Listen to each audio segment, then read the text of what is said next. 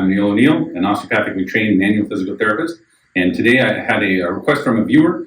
They wanted to talk about Genu Valgum. Genu Valgum basically means that the knee is adducted, or another term for that can be knock-kneed.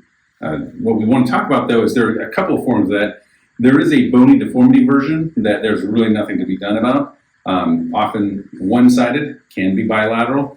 However, we really want to talk about the portion that is postural and can be changed. I've watched a lot of different YouTube videos and seen a lot of things that people have said, and I kind of have a differing viewpoint on this, so hopefully this adds something for you. I've got a couple things for you.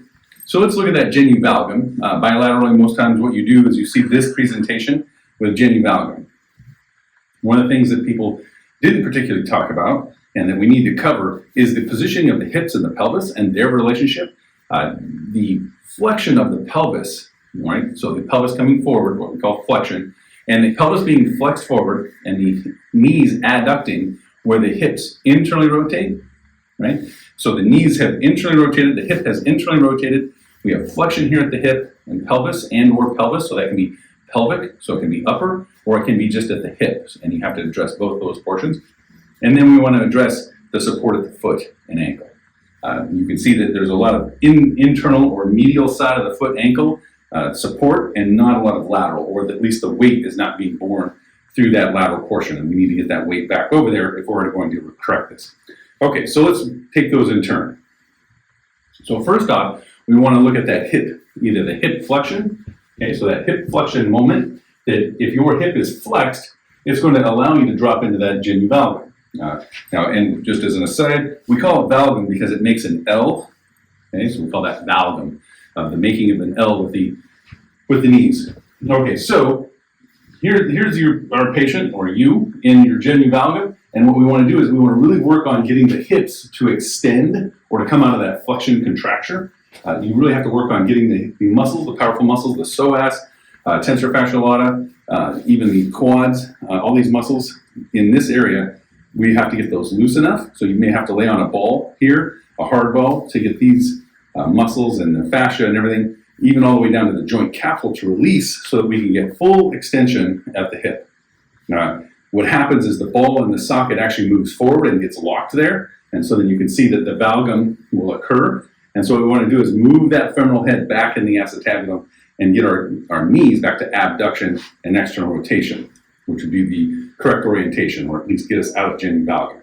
Okay, so there's that portion of getting the pelvis. Now, another way that you could do that is if the pelvis itself is the portion that is forward, what we would do is put a weight here or a counter pressure here with a ball and really stretch into that, ideally laying on the ground, getting a lot of force onto the pelvis itself, getting the ilia, the top hip bone, to move posteriorly. That's the other portion of this. So we've got femoral head, right, in the acetabulum. We've got ilia, okay? Now, once you've achieved that, we really want you to strengthen. Some people have used the band to do abduction. The problem is the abduction with the band allows you to do this, which is not fixing the problem. That in this situation, squats may be better, and that you work on extending the hip and abducting the knees and external rotating the hips. And you can see the final portion of this is that what that does is it actually brings pressure out to even it out onto the lateral side of the foot. So one of the things that I do for that is you'll see that people, when they have this Genu Valgum, they're bearing weight on the medial side of their foot or their great toe. And the great toe is rolling over, and they actually don't have pressure on the outside of their feet.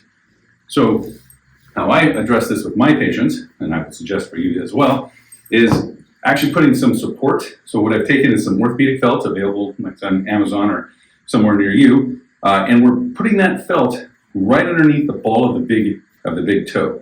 And what that does